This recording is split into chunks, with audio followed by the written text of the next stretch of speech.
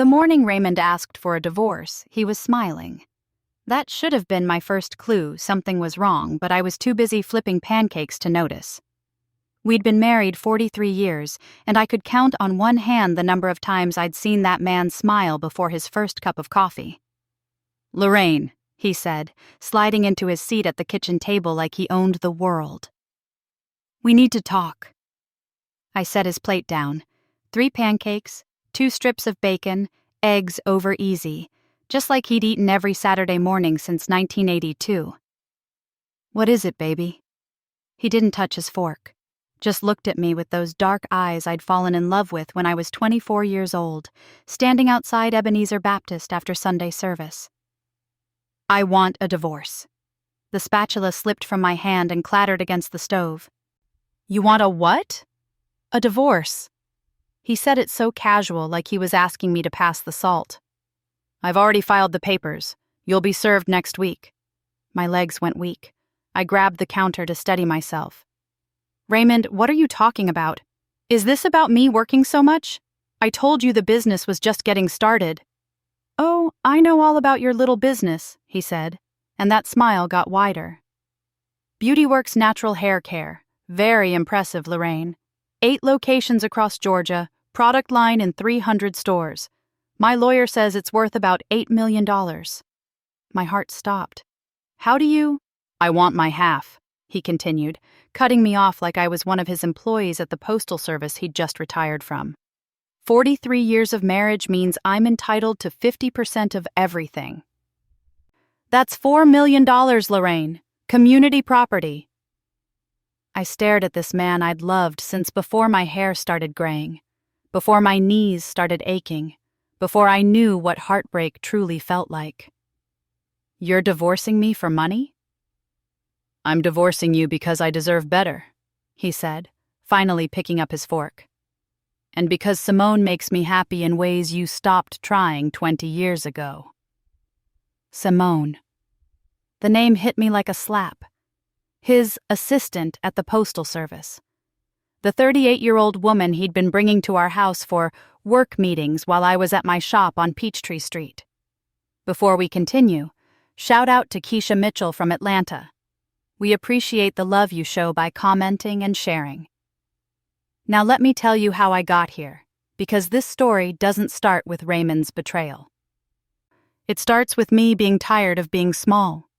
I'm 67 years old, born Lorraine Elizabeth Washington in 1958 right here in Atlanta, Georgia. Grew up in the Sweet Auburn district when it was still the heartbeat of black business in the South. My grandmother owned a beauty parlor on Auburn Avenue, and I spent every Saturday sitting in that shop, breathing in the smell of hot combs and pressing oil, listening to black women talk about everything from politics to pie recipes. When I married Raymond in 1982, I was working at my grandmother's shop. He had a good job at the post office, wore nice shirts, drove a clean car. He seemed stable, safe. My mama liked him, and that mattered to a 24-year-old girl who'd just lost her grandmother and inherited a failing beauty parlor she didn't know how to save. I closed the shop 6 months after we got married. Raymond said it didn't make sense to work so hard for so little money. Said I should focus on making our house a home, maybe have some babies, let him be the provider. And I listened, because that's what wives did in 1982. At least that's what I thought. We never had those babies. Turned out I couldn't carry a pregnancy past the first trimester. After the 3rd miscarriage, something broke between Raymond and me. He stopped touching me gently, stopped looking at me like I was precious, started looking at me like I was defective. For 30 years, I made his breakfast and ironed his postal service uniforms and went to Ebenezer Baptist every Sunday, sitting in the same pew, singing the same hymns, praying for something to change. Then my cousin Wanda called me 3 years ago with a business proposal. Wanda had been living in Los Angeles, working in the natural hair care industry, and she'd developed a line of products specifically for black women transitioning from relaxers to natural hair. Butters and oils and leave-in conditioners made with shea butter, coconut oil, African black soap, ingredients our grandmothers had been using forever, but packaged in a way that spoke to modern black women who were tired of chemicals burning their scalps. "I need a partner," Wanda said. Someone I trust. Someone who knows the South, knows black women, knows business. I don't know business, I told her. I'm just a housewife. Lorraine, you ran your grandmother's shop until Raymond made you close it. You know more about business than you think. That conversation planted a seed. For weeks I couldn't stop thinking about it. About the shop on Auburn Avenue. About my grandmother's hands, strong and sure, braiding hair and building community. About the woman I'd been before I became Raymond's wife. I used $5,000 from my inheritance, money my grandmother had left me that Raymond didn't know about because I'd kept it in a separate account just in case, and became Wanda's partner. We started small, a booth at the Auburn Avenue Festival, then a pop-up shop in a strip mall on Candler Road, then a real store on Peachtree Street. Raymond barely noticed. He was too busy with his assistant Simone, though I didn't know that yet. He thought my little business was cute. Something to keep me busy while he was at work. He'd pat my head and say things like, "That's nice, dear," when I told him we'd made $3,000 in a month. When I told him we were opening a second location, he laughed. "Don't get too ambitious, Lorraine. You don't want to embarrass yourself." When I told him we'd gotten our products into 50 stores, he shrugged. "Beginner's luck." When I told him we were expanding to South Carolina, he said, "Just don't expect me to bail you out when this little hobby fails." He never asked to see the books, never asked how much money we were making, never asked to be involved. In his mind, I was just his 67-year-old wife playing business owner, and soon enough I'd come to my senses and go back to making his breakfast and ironing his shirts and being grateful he'd stayed with a woman who couldn't give him children. What Raymond didn't know was that BeautyWorks Natural Hair Care had exploded. We had 8 locations across Georgia and South Carolina. Our products were in 300 stores. We had 18 employees. And we were profitable. Very profitable. Last year, we made $1.2 million in profit. This year, we were on track to make $2 million. That's when Cosmopolitan Beauty Corporation reached out. They were a major player in the beauty industry, and they wanted to buy BeautyWorks. They saw what Wanda and I had built, an authentic Black-owned brand with a loyal customer base and serious growth potential. Their offer? $8 million. Wanda and I sat in my lawyer's office. Mr. Coleman Harrison, a sharp black man in his 50s who'd gone to Morehouse and knew how to protect our interests. And we stared at that number. $8 million, Wanda whispered. Lorraine, that's life-changing money. It was. Even split 2 ways, $4 million would set me up for the rest of my life. I could travel, help my nieces and nephews with college, donate to Ebenezer Baptist, buy a house somewhere Raymond had never been, and start over. But I hesitated. I need to talk to my husband. Mr. Coleman shook his head. Mrs. Rivers, with all due respect, your husband has no legal claim to this business. You started it with your inheritance money. He never invested a dime. He's not on any of the paperwork. This is your business. We're married, I said. Everything's supposed to be shared. Community property laws are complicated, Mr. Coleman said, but I've reviewed everything. Raymond has no ownership stake in BeautyWorks. The business is yours and Ms. Wanda's. Period. Still, I wanted to tell him, wanted to share this victory with the man I'd spent 43 years of my life with. Wanted to see him proud of me, just once. That's when I found the text messages. I wasn't snooping. Raymond had gone to take a shower, and his phone was on the kitchen counter, buzzing with notifications. I glanced at the screen and saw a name, Simone, with a heart emoji. My hands were shaking when I picked up that phone. The messages were explicit, detailed, recent, as in from that same day. They'd been together that afternoon while I was at the Peachtree Street location doing inventory. I scrolled back. Weeks of messages. Months, actually. They'd been seeing each other for almost 2 years. The messages talked about love, about a future together. about how Raymond just needed to handle things with his wife, and then they could finally be together for real. One message from 3 weeks ago stopped me cold. Raymond. Once her little business takes off, I'll file for divorce. Georgia's a community property state, baby. I'm entitled to half of everything she owns. We're talking millions, Simone. Millions. Then you and me can live the life we deserve. Simone. You're so smart, baby. She has no idea what's coming. I sat on my kitchen floor with that phone in my hands and cried harder than I'd cried since my 3rd miscarriage. Not just because my husband was cheating, though that was devastating enough, but because he'd been watching me build something beautiful, waiting like a vulture to swoop in and take half. He'd never believed in me. He'd been betting on my failure, and now that success was finally here, he wanted to cash in. I dried my eyes, put his phone back exactly where I'd found it, and I made a decision. The next morning, I called Mr. Coleman. That offer from Cosmopolitan Beauty Corporation, is it still on the table? Yes, ma'am. They're very interested. Then let's do it. Fast. I want everything signed and finalized within 3 weeks. Mrs. Rivers, that's an aggressive timeline. My husband is going to file for divorce, I said, and he thinks he's going to get half of my business. I need that business sold and the money protected before he can make his move. There was a pause. Then Mr. Coleman said, I understand. Let me make some calls. Those next 3 weeks were the longest of my life. I went to work every day, smiled at Raymond every night, pretended everything was normal. Meanwhile, Mr. Coleman was working miracles. Cosmopolitan Beauty Corporation wanted the deal done quickly, too. They were competing with another company for market share and wanted BeautyWorks locked down. We negotiated. We signed papers. We did due diligence. And exactly 22 days after I found those text messages, I sat in Mr. Coleman's office and signed the final sale documents. $8 million. $4 million for me, $4 million for Wanda. But here's where it gets good. Now, Mr. Coleman said, let's talk about asset protection.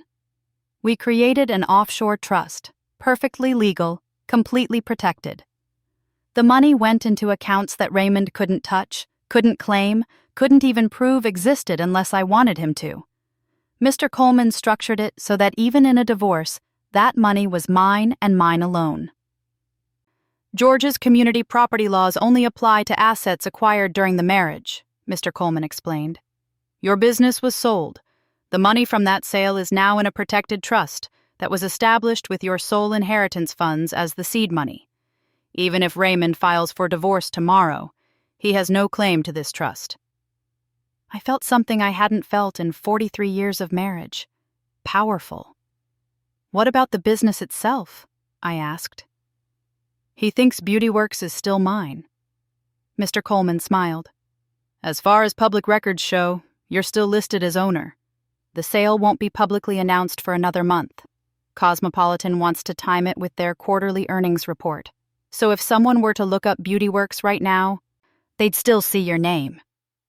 So if Raymond files for divorce in the next few weeks, he'll file claiming entitlement to half of a business you no longer own, Mr. Coleman finished. And by the time he figures it out, that money will be so protected, he won't be able to touch a penny.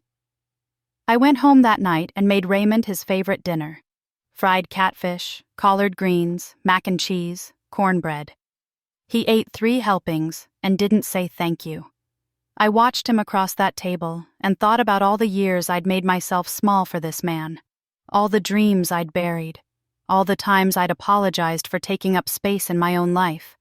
Not anymore. The papers were served on a Tuesday. Raymond was already gone when the courier knocked on the door, so I signed for them myself. Divorce petition. Filed by Raymond Theodore Rivers. Grounds: irreconcilable differences. Demands: 50% of all marital assets, including the business known as BeautyWorks Natural Hair Care, valued at approximately $8 million.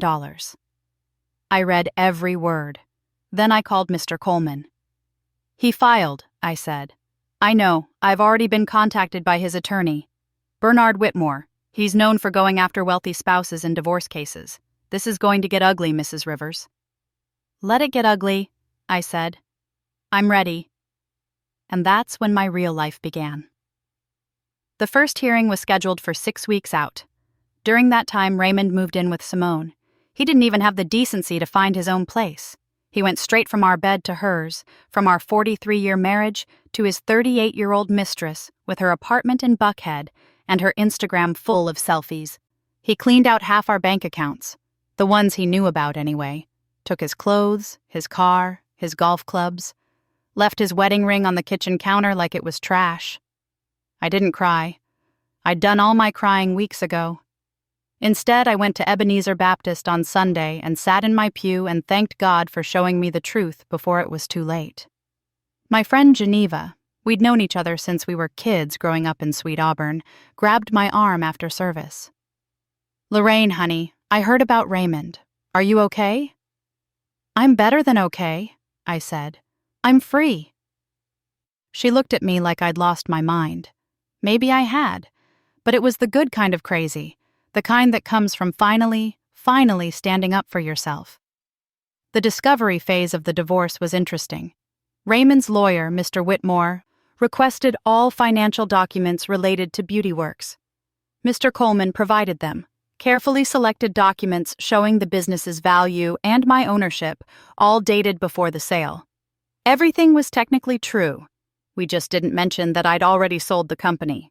Raymond was giddy. I could see it in his face when we had to meet at the house to divide property. He thought he was about to get $4 million. "You should have just given me a fair settlement," he said, standing in our living room like a stranger. "Now my lawyer's going to take you for everything." "We'll see," I said quietly. "This is what you get for being selfish, Lorraine. All those years, running around playing businesswoman while I supported this household." "You supported this household?" The words came out sharper than I intended. "Raymond, I paid half the bills with my business income for the last 3 years. You know that." "That little hobby money?" He laughed. "I'm talking about real support, a real job, real money, and now I'm going to get what I'm owed." He left whistling, actually whistling. I stood in that empty house, the house I'd cleaned and decorated and filled with love for 4 decades. And I smiled. The hearing was on a Thursday in October. The Fulton County Courthouse was crowded, but Mr. Coleman led me to a small courtroom where Judge Patricia Morris, a stern black woman in her 60s, who looked like she didn't suffer fools, presided over domestic cases. Raymond sat across the aisle with Mr. Whitmore, both of them in expensive suits. Simone was in the gallery, wearing a tight red dress like this was a celebration. Judge Morris called the case. Rivers vs. Rivers.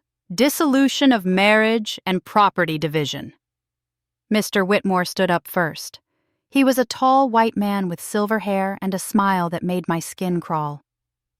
"Your Honor, this is a straightforward case. My client, Mr. Raymond Rivers, is seeking dissolution of a 43-year marriage and equitable distribution of marital assets." He went on for 10 minutes, talking about Raymond's faithful service at the Postal Service, his support of his wife's business ventures, his right to benefit from the assets accumulated during their marriage. "The primary asset in question," Mr. Whitmore said, "is BeautyWorks Natural Hair Care, a business owned by Mrs. Rivers and valued at approximately $8 million. Under Georgia law, my client is entitled to 50% of this asset, $4 million. Raymond was nodding along, like this was all going according to plan. Judge Morris turned to Mr. Coleman. "Counselor?" Mr. Coleman stood. He was wearing his best suit, and he had a leather folder in his hands that he placed carefully on the table. "Your Honor," he said, his voice calm and clear, "I'd like to submit evidence that the asset in question, BeautyWorks Natural Hair Care, is no longer Mrs. Rivers' property." The courtroom went silent. Raymond's head snapped up. "What?" Mr. Whitmore looked confused. "Your Honor, according to all public records can be outdated," Mr. Coleman said. He opened the folder and pulled out a document. "This is the bill of sale for BeautyWorks Natural Hair Care, dated September 15th of this year. Mrs. Rivers and her business partner sold the company to Cosmopolitan Beauty Corporation for $8 million. The sale was finalized 3 weeks before Mr. Rivers filed for divorce. The look on Raymond's face was worth every sleepless night I'd spent worrying about this moment. Judge Morris took the document and reviewed it carefully. "This appears to be legitimate. Mr. Whitmore?" Mr. Whitmore was flipping through his own papers frantically. "Your Honor, we had no knowledge of this sale. Because it was none of your client's business," Mr. Coleman said smoothly. "Beauty Works was founded with Mrs. Rivers' inheritance money. Mr. Rivers never invested in the company, never participated in its operations, and has no legal ownership stake. The sale of this privately held business was Mrs. Rivers' prerogative." "But the money from the sale," Mr. Whitmore started, "has been placed in a trust established with Mrs. Rivers' inheritance funds," Mr. Coleman continued.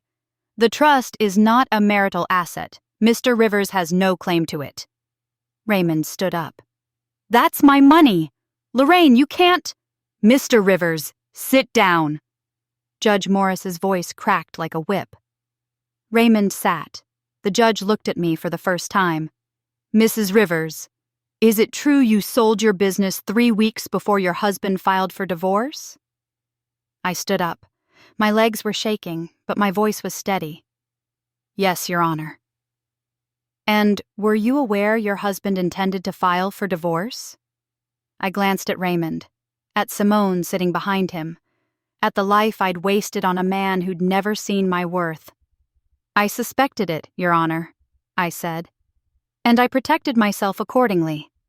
Judge Morris almost smiled. Almost. "Mr. Whitmore," she said, "unless you have evidence that Mrs. Rivers's business was a marital asset, or that the trust was improperly established, I'm denying your client's claim to any proceeds from the sale of Beauty Works Natural Hair Care." The gavel came down like thunder, and everything changed. The courthouse hallway felt like it was spinning. Raymond grabbed my arm as I walked out, his fingers digging in hard enough to hurt. "You sold my business?" he hissed. "Lorraine, that was my retirement." I pulled my arm free. "Your retirement? Raymond, you retired from the post office with a full pension. That business was mine. You called it a hobby, remember?"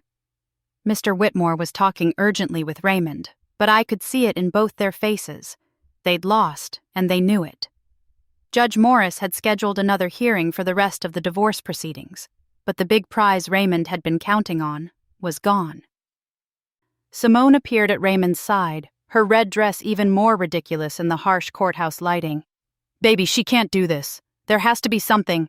"There's nothing," Mr. Coleman said calmly, appearing beside me like a guardian angel in a 3-piece suit.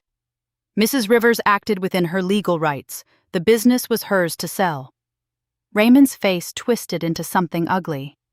"You think you're so smart, don't you? You think you've won?"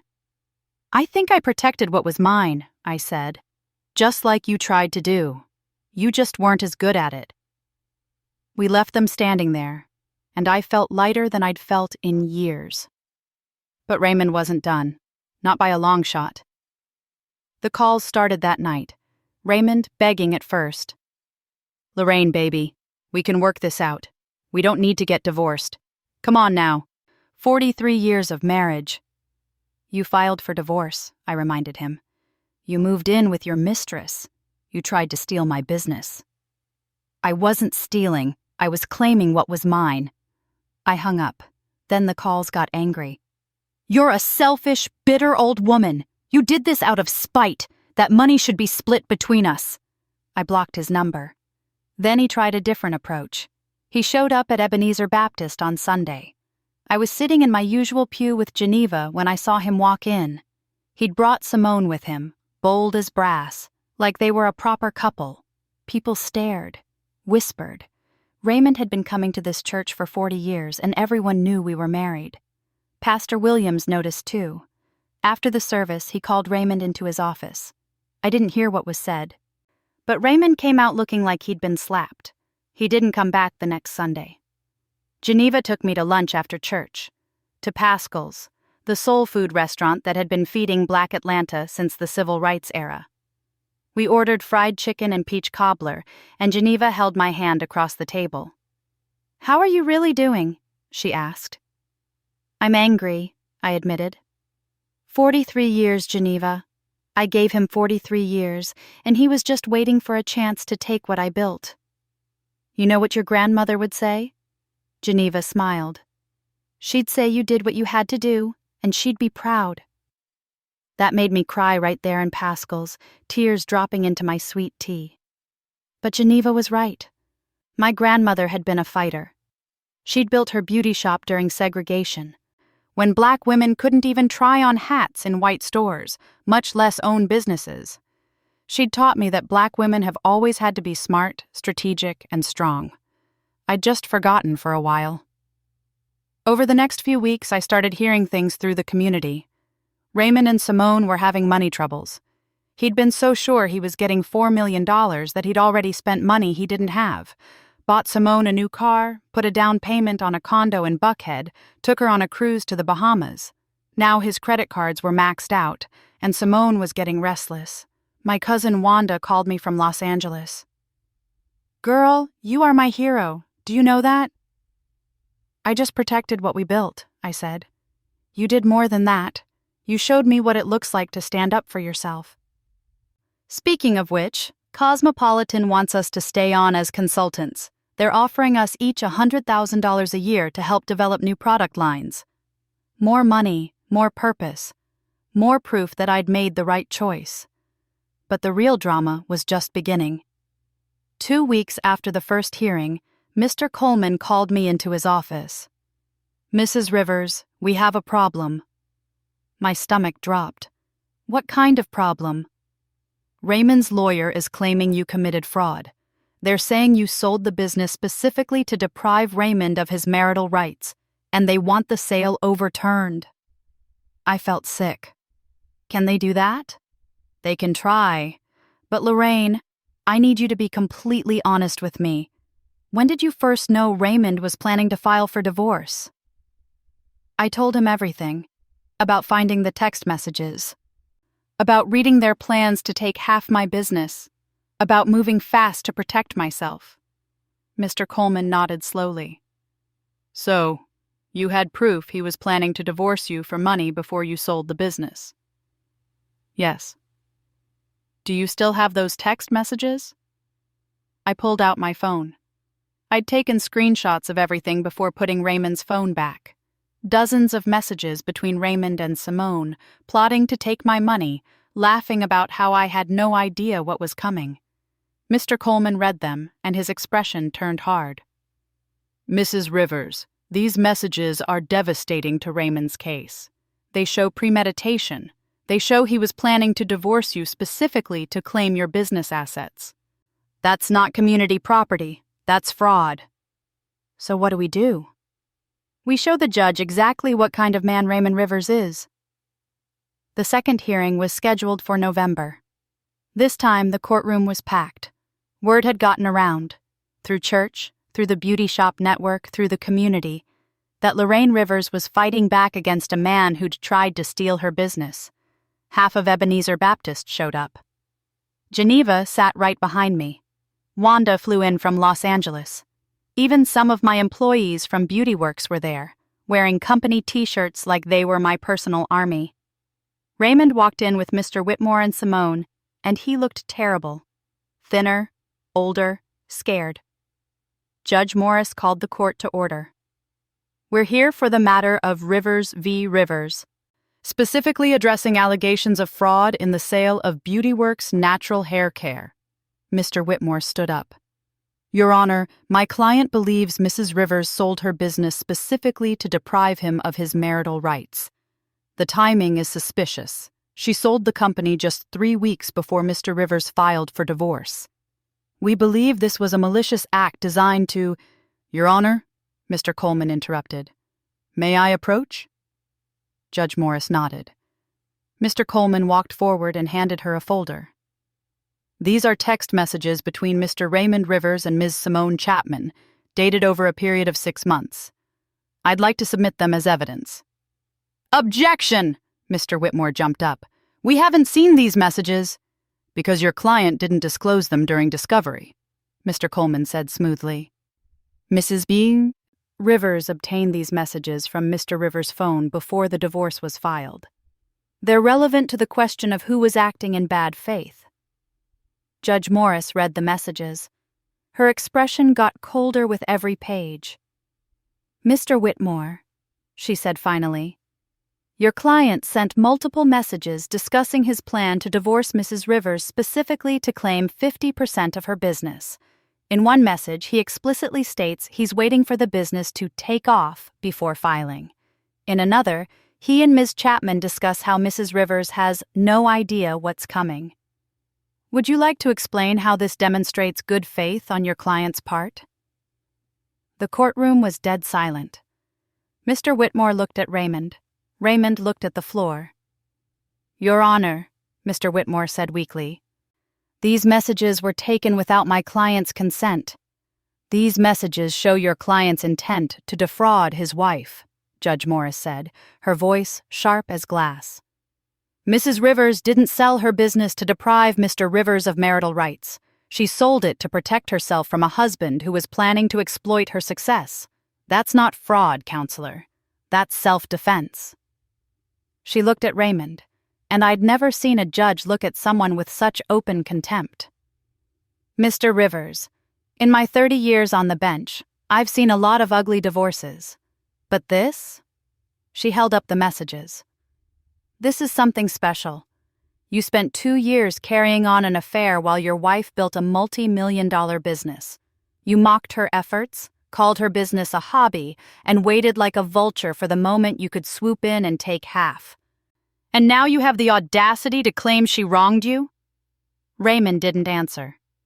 Here's my ruling, Judge Morris said. The sale of BeautyWorks Natural Hair Care stands. Mrs. Rivers acted within her legal rights to protect her assets from a spouse who was demonstrably planning to exploit her. Furthermore, due to Mr. Rivers' proven affair and financial exploitation attempts, I'm granting Mrs. Rivers a divorce on grounds of adultery and awarding her the marital home, full ownership of all jointly held vehicles, and 70% of all remaining marital assets. Behind me, I heard Geneva whisper, "Thank you, Jesus." Mr. Rivers, the judge continued, you came into this courtroom trying to take $4 million from your wife. You're leaving with nothing but the consequences of your own greed. This court is adjourned. The gavel came down. Raymond tried to approach me in the hallway, but Mr. Coleman stepped between us. My client has nothing to say to you, Mr. Rivers. Lorraine, please. Raymond's eyes were wet, actually crying. I made a mistake. Simone left me. She said if I wasn't getting the money, she didn't see a future with us. I lost everything. No, I said, finding my voice. You threw everything away. There's a difference. He reached for me, and I stepped back. Don't. You're not my husband anymore. You're just a man who taught me a valuable lesson about knowing my worth. I walked away, surrounded by my people, Geneva and Wanda and members of my church and women who'd supported me through this nightmare. Behind me, I heard Raymond sobbing. I didn't look back. The divorce was finalized in December, right before Christmas. I spent the holiday at Geneva's house, surrounded by her kids and grandkids, eating ham and sweet potato pie and laughing until my stomach hurt. On Christmas night, Geneva and I sat on her porch with blankets wrapped around us, drinking spiked hot chocolate and watching the neighborhood lights twinkle. What are you going to do now? She asked. Live, I said simply. Really live. And I did. I bought a beautiful condo in Midtown, all hardwood floors and big windows with a view of the city. I decorated it exactly how I wanted, bright colors, African art, pictures of my grandmother's beauty shop on the walls. I traveled, took Wanda to Ghana, where we visited the Cape Coast Castle and cried together over the ancestors who'd suffered there. Went to Paris and ate croissants under the Eiffel Tower. Visited Brazil during Carnival and danced in the streets with strangers. I donated money to Ebenezer Baptist. Enough to fund a new community center where young people could learn about business and entrepreneurship. They named it the Lorraine Washington Rivers Center for Economic Empowerment. My grandmother would have loved that. I worked with Cosmopolitan Beauty Corporation, helping them develop new product lines that honored Black women's natural beauty. My face ended up on the cover of Essence magazine with the headline, "From Housewife to Millionaire: How One Woman Built an Empire and Protected It Too." I mentored young Black women who wanted to start their own businesses, told them my story, all of it, including the painful parts, taught them that building something beautiful wasn't enough, you had to know how to protect it too. And I forgave Raymond. Not for him. He'd moved back in with his sister and was working part-time at a package store last I heard. But for me, I couldn't carry that anger anymore. It was too heavy. One Sunday, about 6 months after the divorce, I was at Ebenezer Baptist when Pastor Williams announced a new ministry for people going through divorce. "Sometimes," he said, "God removes people from our lives not to punish us, but to protect us from wasting more time on those who don't value our worth."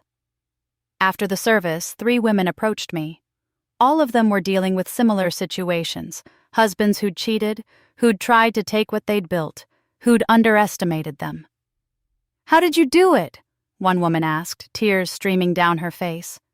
"How did you find the strength?" I thought about my grandmother, about her beauty shop on Auburn Avenue during segregation, about all the Black women who'd come before me, building and protecting and surviving. "You find it by remembering who you are," I told them, "not who they told you to be, who you actually are deep down. And then you fight for that woman like your life depends on it.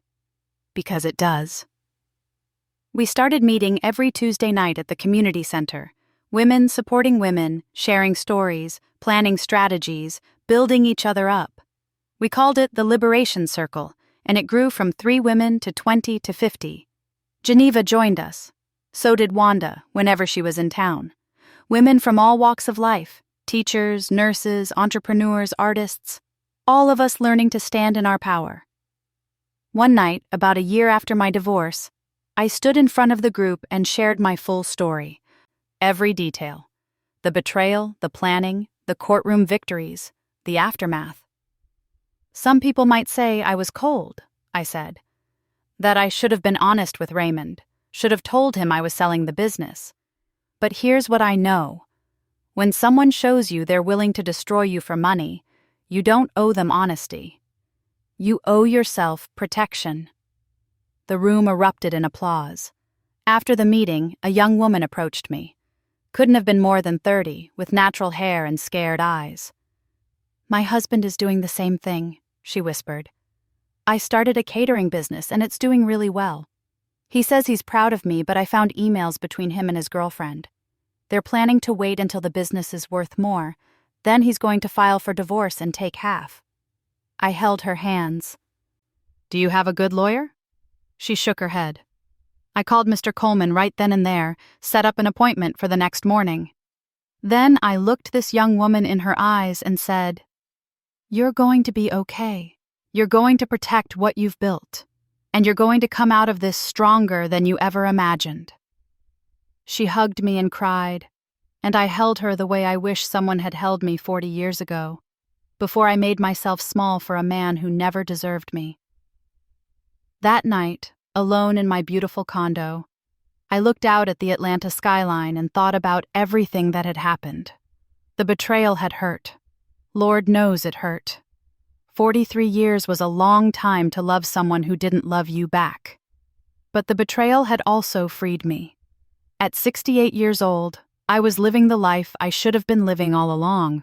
Building things, helping people, taking up space without apologizing, traveling and laughing and making decisions based on what I wanted, not what some man told me I should want. My phone buzzed. A text from Wanda. "Just landed in Atlanta. Brunch tomorrow? Cosmopolitan wants to talk about expanding the product line to Europe." I smiled and texted back, "See you at 10. We're going to need champagne for this." Because that's what freedom looks like. Not just winning, but building something new from the ashes of what was lost. I never saw Raymond again after that last court date. Heard through the grapevine that he'd apologized to Pastor Williams, that he was trying to put his life back together. I hoped he found peace. I really did. But whether he did or not wasn't my concern anymore. My concern was living every single day like the gift it was, loving hard, laughing loud, and never, ever making myself small again. The last time I visited my grandmother's grave at Oakland Cemetery, I brought flowers, sunflowers, her favorite. I sat on the grass beside her headstone and told her everything. "I did it, Grandma," I whispered. "I built something beautiful. And when someone tried to take it, I fought back, just like you taught me." The wind rustled through the trees, and I swear I felt her there with me, proud, smiling. I stood up, brushed off my dress, and walked back to my car with my head high. At 68 years old, Lorraine Elizabeth Washington Rivers was just getting started. And this time, I was doing it on my own terms. Thanks for listening. Don't forget to subscribe and feel free to share your story in the comments. Your voice matters.